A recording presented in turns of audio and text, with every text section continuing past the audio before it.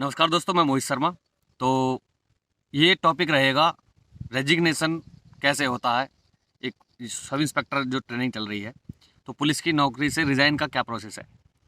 और जैसा कि आपने चेंजेस देख लिया होगा, जो भी बेरोज़गार थे और मैं उनसे कहता था कि जीवन में अगर सबसे आसान कोई चीज़ है तो वो है पढ़ाई। स्टडी करिए, आपको एक अपॉर्चुनिटी मिल गई है जिसका सिलेक्शन हो गया था। आप कोशिश करिए कि कोई और अपॉर्चुनिटी आपको मिल जाए और आप यहाँ से बच जाएं और कुछ अच्छा यहाँ से बेटर ऑप्शन आपको मिल जाए, तो वहाँ पे जाके आप ज्वाइन कर लेंगे। बट कभी कभी ऐसा होता है कि फ़्लो में जैसे कि पहला सिलेक्शन होता है और लोगों को पता नहीं होता, और एक फ़्लो बना हुआ होता है, एक हाइप बनी हुई होती है, जो क्योंकि मैं पहले से ही डिस्कस करता आ रहा हूँ कि ये सब हाइप है। रियल ग्राउंड पे लाइफ बहुत ही टफ होती है। और ऐसा नहीं है कि पुलिस में टफ होती है, पुलिस में थोड़ी एक्स्ट्रा टफ होती है। बाकी टफ सब जगह होती है, ईजी कहीं नहीं है, ईजी लाइफ को बनाना पड़ता है। और एक वीडियो भी वायरल हुई थी, जो सुप्रीम कोर्ट के जस्टिस थे, उन्होंने ये बोला था कि लाइफ ईजी होती नहीं है, इसको ईजी करना पड़ता है।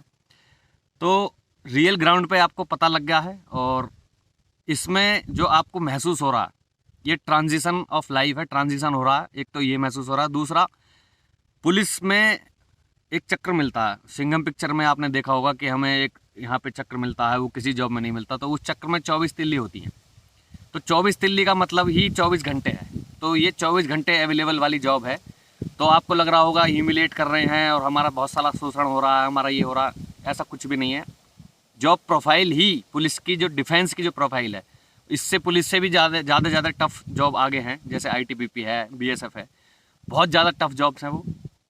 और इसमें त्याग तो करना पड़ता है, देखो, फैमिली का। और मैं पहले ही कहता था, जब मैं कंपेयर करता था इसको सीजीएल से, और उसको आप कंपेयर करते थे कि सीजीएल में वहाँ पे पोस्टिंग मिल जाएगी और यहाँ घर के नज़दीक रहेंगे। देखिए, अपना शहर छूट गया ना, तो फिर आप उससे 30 किलोमीटर अगर कहीं जाके रह रहे हैं, तो 30 किलोमीटर में तो मन पड़ा रहेगा कि हम घर जा सकते हैं, घर जा सकते हैं। लेकिन जा सकते हैं, फिर भी आप वीकली घर जा रहे हैं, और अगर एक हफ्ते आप बाहर रह रहे हैं, तो बाहर ही होता है। अब चाहे वो केरला हो, चाहे उत्तर प्रदेश हो, और चाहे वो जम्मू कश्मीर हो, बाहर तो सेटलमेंट बाहर होता है। अगर अच्छी इनकम है तो आप कहीं भी रह सकते हैं। चीज़ें पहले समझ में नहीं आई होंगी, शायद अब समझ में आ रही हो। और ये वीडियो उन लोगों के लिए है जो जागरूक स्टूडेंट्स हैं, जो चॉइस करना जानते हैं, क्योंकि in this world everything is a choice. और मैं ये क्यों बना रहा हूँ वीडियो, मैं खुद कवर अप कर रहा हूँ, चीज़ें कुछ बिखरी हुई हैं, उनको समेट के ठीक करने की कोशिश कर रहा हूँ अपनी लाइफ को। मैं ये बना रहा हूँ कि एक टाइम होता है निकलने का और आगे बढ़ने का। उस टाइम के बाद जिस ट्रैक पे चल के मैं आज खड़ा हो गई हूँ आके, और मैं शुरू से ही, अगर आप मेरे साथ जुड़े हुए हैं, तो मैं खुद कई एग्ज़ाम्स में इन्वॉल्व होता हूँ। Still I am preparing for exam, ताकि मैं निकल पाऊँ। लेकिन अगर एग्ज़ाम्स वगैरह इस सब भ्रम से अगर मैं नहीं अपने आप को निकाल पा रहा, तो मेरे जो प्राइवेट ऑप्शंस थे, जो प्राइवेट जॉब्स में कनेक्शंस थे, उनसे स्टिल मैंने अभी एक हफ्ते पहले बात की थी, तो वहाँ फिर स्टार्टिंग से स्टार्ट होएगा। तो शुरू का ही टाइम होता है। अगर मैं शुरू में ही ड्रॉप करके और अपने चले जाता प्राइवेट में, तो मेरे को होप दिख रही थी कि नहीं, यहाँ नहीं वहाँ हो जाएगा, वहाँ नहीं वहाँ हो जाएगा। ठीक है, वो एक सीरीज़ भी देखी थी मैंने कि बैकअप जरूर होना चाहिए, जब यूपीएससी क्रैक नहीं हो रहा था उनसे। तो बैकअप प्लान, तो वो बोलते थे कि डेडिकेशन के साथ लगे रहो, जैसे कोचिंग्स में मोटिवेट करते हैं कि लगे रहो, होगा, लगे रहो, होगा। बट इन द एंड हमको पता लगता है कि विदाउट बैकअप आप फंस जाते हो। अगर बैकअप नहीं है तो आपको फंस जाते हो। और फिर जैसे कि 21 साल का बंदा प्रिपेयर करने लगा यूपीएससी एग्ज़ाम, और उसकी एज 31 साल हो गई करते करते, तो ना तो वो अब वो प्राइवेट का रहा, ना वो गवर्नमेंट का रहा, यूपीएससी में हुआ नहीं। तो बहुत ही फ्रस्ट्रेशन के साथ वहाँ से बंदे बन के निकलते हैं, और कैरियर वाइज कुछ बचता नहीं है। तो अभी आप यंग ब्लड हैं, ज्वाइन किया है। अगर आपके पास ऑलरेडी कोई ऑप्शन था, जैसे कि रेलवे में ऑप्शन था, या बैंक में ऑप्शन था, या कहीं और ऑप्शन था, और आपके दो दो तीन तीन जगह सिलेक्शन हुए थे, और उसमें से आप चॉइस लेके आए हैं कि वहाँ नहीं जाके यहाँ पे आ गए हैं, तो वेल एंड गुड है, आपको पता लग गया है, चॉइस आपकी है। कुछों को क्रेज़ है पुलिस में ही लगने का, कुछों को पुलिस ही अच्छी लगती है। मेरे फ्रेंड्स हैं, उनको पुलिस ही अच्छी लगती है, उनको पुलिस में ही काम करना है। तो उनके लिए सजेशन है कि उनको तो उनकी मंजिल मिल चुकी है। लेकिन जिनका नहीं बन पा रहा है, और सीजीएल का अटैम्प्ट भी छोड़ दिया, मेरे को एक जम्मू में मिला था जब मैं रेलवे का एग्ज़ाम देने गया था, उसने अपना रेलवे का एग्ज़ाम ड्रॉप कर दिया यूपीएसआई में सिलेक्शन होते ही। तो ये बेवकूफ़ियाँ अब दुख दे रही होंगी, अगर उनको यूपीएसआई में सेटलमेंट नहीं बन पा रहा। और बात ये है, अगर आपको ट्रेनिंग में लग रहा है ना कि ट्रेनिंग में सब कुछ टफ है और ये डिपार्टमेंट कैसा है, ये कैसा है, तो देखिए, अगर आपके पास ऑप्शन है तो जो भी कोई आपको डिपार्टमेंट के बारे में बता रहा है वो सच बता रहा है।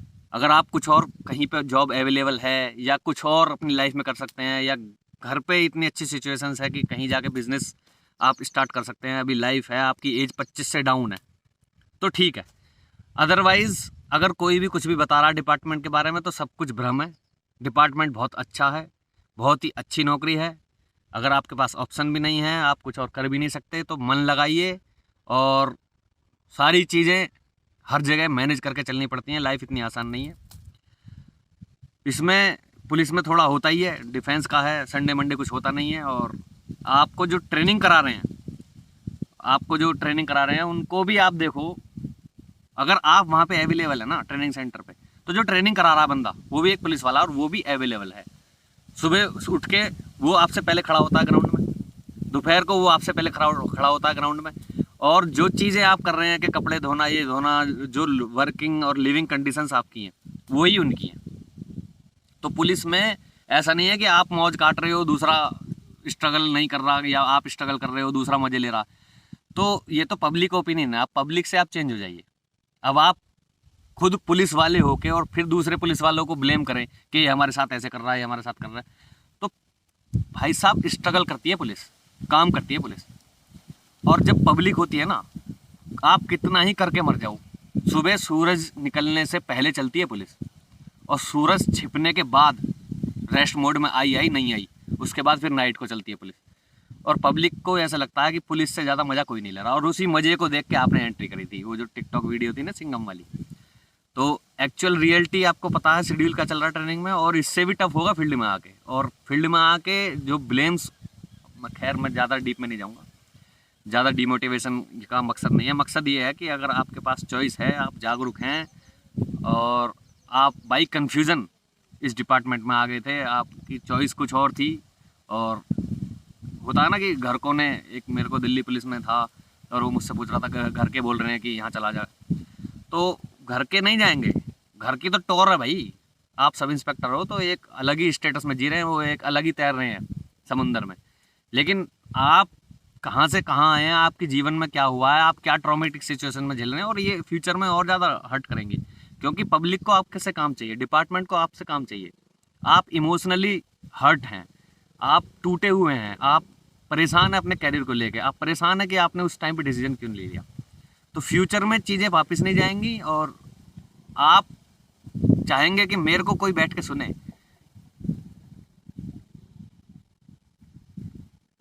और आपको तो बैठ के कोई सुनेगा ही नहीं, बट आपसे ये पूछा जाएगा कि जो दूसरे आ रहे हैं प्रॉब्लम्स को लेके, और आपने एक रेस्पॉन्सिबिलिटी ली है, आपने एक चेयर पकड़ी है जहां आप प्रॉब्लम सुनेंगे लोगों की, अपनी तो बतानी नहीं है। जहां लोगों की प्रॉब्लम सुनेंगे, आप क्यों नहीं सॉल्व कर रहे हैं, क्यों नहीं आप ये इंक्वायरी कर रहे हैं, क्यों नहीं इन्वेस्टिगेशन कर रहे हैं, तो आपकी प्रॉब्लम्स ख़त्म।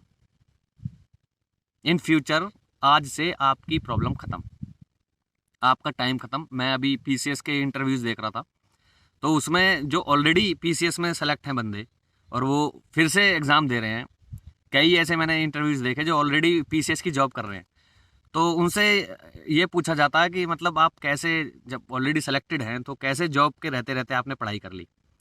तो उन्होंने एक ही सिंपल सा आंसर दिया कि मतलब हमारे डिपार्टमेंट में इतनी चीख पुकार है ही नहीं, आराम से सुबह इतने से 9-10 बजे से ऑफिस ओपन होता है और शाम को 4-5 बजे ख़त्म हो जाता है, उसमें भी इतना वर्कलोड रहता नहीं है।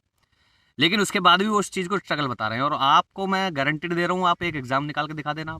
बॉयज़, यहाँ मेल्स की बात चल रही है, फीमेल एक बार को एडजस्ट कर लें, लेकिन एसआई की पोस्ट पे फिर भी उनका भी बहुत बिजी हो जाता है। और दूसरी ट्रॉमेटिक सिचुएशन, आप अभी तक टीवी पे देख रहे थे क्राइम पेट्रोल ये वो, अब आप वहाँ पे खुद खड़े होंगे, कोई डेड बॉडी, अब आप वहाँ पे खुद खड़े हैं इन्वेस्टिगेशन में, आप ये सब चीज़ें, और फिर आपसे क्वेश्चन पूछे जा रहे हैं कि ये एक एविडेंस हो सकता था, आपने ये कलेक्ट क्यों नहीं करा, ये एक एविडेंस हो सकता था, ये क्यों नहीं कलेक्ट करा। मतलब आपको एक डेड बॉडी देख के खुद को संभालना मुश्किल हो रहा है, लेकिन एक कोड है ना, वो आपको फॉलो करना है। किसी को परवाह नहीं है आप खुद को संभाल पा रहे नहीं संभाल पा रहे। और ये सब चीज़ें आपने ऑलरेडी सत्यमेव जयते में भी पुलिस के इंटरव्यूज़ वगैरह दिखाए थे, उनकी प्रोफाइल्स वगैरह दिखाई थी, लेकिन आप बह गए। Still it's not let. और मेरे पास मैसेज भी आ रहे हैं कि किस तरह से रिज़ाइन होगा। तो रिज़ाइन के 2 ही प्रोसेस होते हैं, या तो आप जिस ग्रेड पे हैं उससे अपर ग्रेड पे सिलेक्शन लें तो रिज़ाइन होगा। दूसरा पूछ रहे हैं कि पेमेंट का क्या रहेगा, तो आपने खुद बॉन्ड भरा है और आप ग्रेजुएट हैं, थोड़ा इस तरीके से ध्यान दीजिए। इतना सेंसलेस क्वेश्चंस उठाने का भी कोई वो नहीं है। आप कोई क्राइम करके नहीं गए, पढ़ाई लिखाई करके बढ़िया सारे जो उनके स्टैंडर्ड से रनिंग करके ये सब करके उनको फॉलो करके तब आपने ज्वाइनिंग ली है, तो ऐसा कोई क्राइम तो करा नहीं है। अगर अपर ग्रेड पे सिलेक्शन होता है तो अभी आपकी, इसलिए मैं ये वीडियो लेके आया, मेरे पास बिल्कुल ना मन था ना टाइम था और ना मैं चाह रहा हूँ कि इस तरीके से, क्योंकि इस वीडियो पे भी कितने सारे ऐसे कमेंट्स आएंगे जो कि फेवर में नहीं होंगे। I don't care about that. मुझे उन बच्चों की परवाह है जो वाकई में अगर उनको लगता है कि हम इस तरीके से कर सकते हैं तो वो मेरी तरह एक नेक्स्ट मोहित शर्मा ना बन के निकले, उनको उस चीज़ को मैं रोकना चाहता हूँ। तो प्रोसेस ये है, जो बॉन्ड भरा है आपने, अभी तक आपकी एक भी सैलरी क्रेडिट नहीं हुई है। आप अगर कहीं और सिलेक्शन हो गया है और आपका वो ग्रेड पे इससे डाउन है तो आप अपनी फैमिली को कॉल करिए, फैमिली जाएगी और आप एक एप्लीकेशन टाइप करिए कि इस तरीके से हम जॉब में आ गए हैं और हमारा बिल्कुल भी मन नहीं है, हमारे लड़का है और इस तरीके से हम बिल्कुल नहीं रखना चाहते इस डिपार्टमेंट में, और हम किसी भी कॉस्ट पे किसी भी कंडीशन पे अपने बच्चे को रिलीव कराने आए हैं और हम घर ले जाएंगे। इस तरीके से अगर आपका कहीं और सिलेक्शन हुआ है जिसका ग्रेड पे इससे डाउन है तो आप उसकी ज्वाइनिंग का कंडीशन ना दिखा के और इसी कंडीशन पे कि हम नहीं करवा पा सकते अपने बच्चे से और हमारा बच्चा इस फेज़ में है कि ये कुछ गलत कदम उठा ले, उससे अच्छा है कि हम इसको अपने घर ले जाएं, तो वो रिज़ाइन किसी भी कॉस्ट एंड कंडीशन पे रिज़ाइन हो जाएगा। और कॉस्ट ज़्यादा इसलिए नहीं आएगी क्योंकि अभी आप तक की कोई भी गवर्नमेंट ने अभी सैलरी नहीं दी है। जैसे ही पहले मंथ की सैलरी क्रेडिट हो जाएगी उसके बाद वो सैलरी कॉस्ट में इंक्लूड हो जाएगी। फॉर सपोज़ आप 6th मंथ में अगर जॉब छोड़ते हैं तो 3 लाख रुपए आपके अकाउंट में सैलरी आ चुकी है जो गवर्नमेंट दे चुकी है, और सैलरी आएगी वो खर्च होगी, आप रीपेमेंट नहीं कर पाएंगे उसका, फिर इंटरेस्ट भी अपने अकॉर्डिंग लगाते हैं वो लोग। कुल मिला के 2 साल का बॉन्ड है। 2 साल से पहले अगर आप छोड़ते हैं तो सारी सैलरी प्लस जो ट्रेनिंग में जो आपके पीटीआई आईटीआई हैं और जो वहाँ पे रहने की फैसिलिटीज़ हैं, इंफ्रास्ट्रक्चर प्रोवाइड किया गया है, ये सब कॉस्ट इंक्लूड करी जाती है और वो पैसा आपसे वसूला जाता है। अगर आप, और उसमें लिख भी रहा था बॉन्ड में, आपने अगर पढ़ा हो तो, अगर अभी आप रिज़ाइन करना चाहते हैं तो पहली सैलरी से पहले बाहर निकलिए, उसके बाद रिज़ाइन तो बाद में भी हो जाएगा। अगेन मैं कहना चाहूँगा, कोई इस तरीके से आप फंसे नहीं हैं, कोई आप कैदी नहीं हैं, आपने बॉन्ड साइन करा है, उसका भी सॉल्यूशन है। If there is problem there is solution. तो अगर आपको निकलना है, this is the right time. अगर आपके पास ऑप्शन है और ऑप्शन नहीं है तो यहीं आपको लग रहा है कि बहुत टफ है, मैं बोल रहा हूँ बेरोज़गारी से टफ कुछ नहीं है, और आप बहुत ही अच्छे डिपार्टमेंट की अच्छी पोजीशन पे हैं और अच्छे से मन लगा के, अच्छे मन से, अच्छी नेक नीयत से आप काम करेंगे तो चीज़ें अच्छी होंगी। अब जो आप रोला रुतबा और ये सब लेके आए हैं, और कुछ लोग जो लालची टाइप हैं वो पैसा देख के आएंगे, पैसा ऐसा होगा, पैसा वैसा होगा, तो मैं ये बोल रहा हूँ इस जॉब का ये तकिया कलाम है कि पैसा अनंत होगा, लेकिन वो आपको सबसे पहले पता होगा कैसा होगा, और समाज को भी पता होता है, तो समाज भी इतनी जल्दी से एक्सेप्ट नहीं करता है। तो ये वो है कि इश्क छुपता नहीं, छुपाने से पता नहीं कौन सा गाना है, कि हम लाख छुपाए प्यार मगर दुनिया को पता लग जाएगा, लेकिन छुप छुप से मिलने के मिलना का मज़ा तो आएगा। तो मज़ा तो आएगा, जैसा आएगा वो आपको पता लग जाएगा, लेकिन सबको पता होता है, उससे पहले हमको पता होता है कि वो पैसा कैसा होता है। ठीक है। दूसरा जो आप देख के आए हैं कि बहुत ज़्यादा इज्जत होगी, तो इस डिपार्टमेंट में पैसा बहुत होगा लेकिन खर्चने के लिए अपने ऊपर 1 रुपया नहीं होगा। बहुत सारी जेबें भरी रहेंगी लेकिन बजट बिल्कुल ज़ीरो रहेगा। और ये बिल्कुल वैसा है कि हमको अगर आध्यात्म लेवल पर जाके सोचें, हमको लगता है कि ये सब हमारा है, जबकि उसका उपभोग कुछ और डिपेंडेंट्स कर रहे होते हैं, और उनके भी डिपेंडेंट्स कर रहे होते हैं। जितना जैसे फ्लो इन होता है वैसे ही फ्लो आउट होता चला जाता है। और इसका एग्जांपल मैं दूंगा कि हमारे गांव में ही एक अम्मा थी और उनके हस्बैंड एक्सपायर हो गए थे, तो उनके पास ज़मीन थी और उन्होंने बहुत स्ट्रगल करी और उस ज़मीन को नहीं बिकने दिया। कुछ भी हुआ सही, कुछ भी विपदा आ गई, ज़मीन नहीं बिकने दी, और उन्होंने मतलब एक तरीके से संजो के रखा चीज़ों को। तो वैसे ही आप संजोएंगे अब।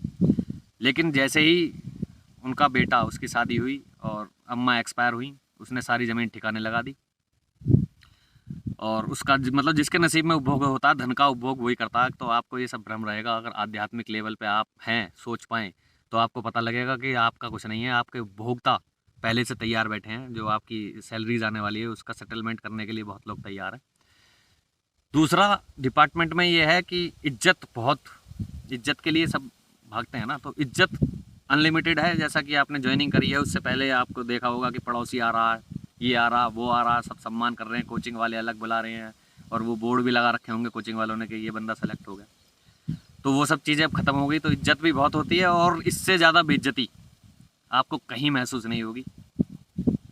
मैं पता नहीं कैसी जॉब बनाई है बनाने वाले ने, उसके बाद इससे ज़्यादा खतरनाक वो कुछ नहीं बना सका। तो इज्जत बहुत होगी, और इज्जत बिल्कुल जीरो होगी। पैसा बहुत होगा, लेकिन कभी भी लाइफस्टाइल ऐसी नहीं होगी कि हाँ जी आपको लगे सेटिस्फैक्शन, इकोनॉमिक सेटिस्फैक्शन अगर आपके अंदर आ जाए। और जो भी आपको चीज़ें चाहिए वो सारी चीज़ें होंगी, लेकिन वो ये ना सब कुछ दे के छीनने वाली बात है। कुछ नहीं होगा लाइफ में, और इसी तरीके से डिस्कस करोगे आपस में ग्रुप में, बीच बीच में साला ये है साला वो है, एक दूसरे को ब्लेम करोगे, सीनियर्स को ब्लेम करोगे।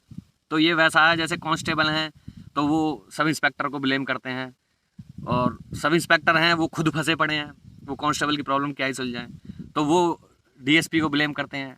डीएसपी हैं, उनको खुद इतनी ज़िंदगी में पचड़ना है, उनकी भी फैमिली है भाई, उनको टाइम देना फैमिली को। और आपको लग रहा है कि वो आपकी समस्या देखें, पब्लिक को लग रहा है पब्लिक की समस्या देखें, तो वो डीएसपी को दे के छोड़ देते हैं। फिर डीएसपी क्या है, वो ये कहते हैं कि कप्तान तानाशाही कर रहा है। कप्तान तानाशाही कर रहा है भाई साहब, पॉलिटिकल सिचुएशंस देख रहे हो आप, डेमोग्राफीज कैसे चेंज हो रही हैं, किस तरीके से चैलेंजेस इंक्रीज हो रहे हैं, सोशल मीडिया किस तरीके से बार बार क्वेश्चन कर रहा है पुलिस को, बात है कुछ तो भी पुलिस, नहीं है तो भी पुलिस। और कप्तान साहब को अपना मतलब प्रोफाइल मेंटेन करनी है, उनको भी दिखाना है कि मैं यहाँ पे हार्ड वर्क करने आया हूँ और मैंने अच्छा काम किया। और सारी पूरी दुनिया उनको गलत साबित करने के लिए खड़ी है, इवन डिपार्टमेंट गलत साबित करने के लिए खड़ा सबसे पहले। तो उनकी भी फैमिली है, उनको देखना है, तो उनको मैनेज करके चलना है। वो आपको लग रहा है कि वो, देखो आदमी क्या है, जब पूरी दुनिया पे नहीं चलती तो बीवी पे क्या आपके लठ बजा देता। वैसा ही है, कप्तान साहब पूरी दुनिया की आग सुन के आएंगे और थोड़ा बहुत डिपार्टमेंट में दिखाएंगे तो आपको लगेगा कि कप्तान साहब बेकार हैं, जबकि बेकार एक्चुअल में सब अपनी जगह पे। कांस्टेबल है वो अपनी प्रॉब्लम्स में फंसा हुआ है, वो कह रहा मुझे सुनो। सब इंस्पेक्टर है वो अपनी प्रॉब्लम में फंसा हुआ है, वो कह रहा मुझे सुनो। डीएसपी साहब हैं वो अपनी पे फंसे हुए हैं, वो कह रहे मुझे सुनो। कप्तान साहब हैं वो कह रहे मुझे सुनो, उनकी अपनी प्रॉब्लम्स हैं। फिर उसके बाद आपको लगेगा कि वो बढ़िया है वो बढ़िया है। एक्चुअल में बस थोड़ा ये है कि बहुत ज़्यादा घटिया घटिया और कम घटिया, और बहुत ज़्यादा बढ़िया बढ़िया और कम बढ़िया, बस ये वाली चीज़ है कि आप कैसे मैनेज करें। तो ये है कि निकलना हो तो अभी निकल जाना, अदरवाइज़ पुलिस की नौकरी और शराब की लत ये लग जाती है, और हर किसी को लगती नहीं है। जिसको लग जाती है वो यही कहता रहता है कि मैं ऐसे चक्कर नहीं पालता, मैं ऐसे छोड़ दूंगा। मैं अगले दिन दारू वाला खड़ा पाएगा ठेके पे, और पुलिस वाला खड़ा पाएगा थाने में, ड्यूटी करता हूँ। तो इसी के साथ आई होप कि मेरा थोड़ा डिलीवर हुआ होगा मैसेज, और ये मैसेज उनके लिए है जो जागरूक हैं और उनको अपने ऊपर भरोसा है। और अगर आपको लगा है कि जैसे तैसे यही नौकरी मिली है, तो शांति से बस घिसने के लिए ही पैदा हुए हो आप, घिसते रहो शांति से, बाकी सारी चीज़ें ठीक रहेंगी। हर चीज़ में ये नहीं देखा जाता कि अपना ही सेटलमेंट हो जाए, क्योंकि पहले से बाकी चीज़ें भी सेटलमेंट नहीं थी और अपना भी नहीं था। एटलीस्ट ये तो है कि अब अपना झोंक दिया हमने, बाकी चीज़ें सेटल हो जाएंगी, सब कुछ ठीक रहेगा। तो वापस आने के लिए, वीडियो देखने के लिए बहुत बहुत धन्यवाद। मिलते हैं आफ्टर ए लॉन्ग टाइम, अभी थोड़ा बिजी रहेगा शेड्यूल। अगर कोई ऐसा टॉपिक रहा जहां मुझे लगा कि लाइफ इन्वॉल्व हो रही है, परेशान हैं लोग, परेशान हैं आप लोग, चाहे वो रिक्रूटमेंट का रहा, चाहे आपकी फ्यूचर का रहा कंसल्टेशन का, तो I will definitely come back. तब तक के लिए नमस्कार, जय हिंद।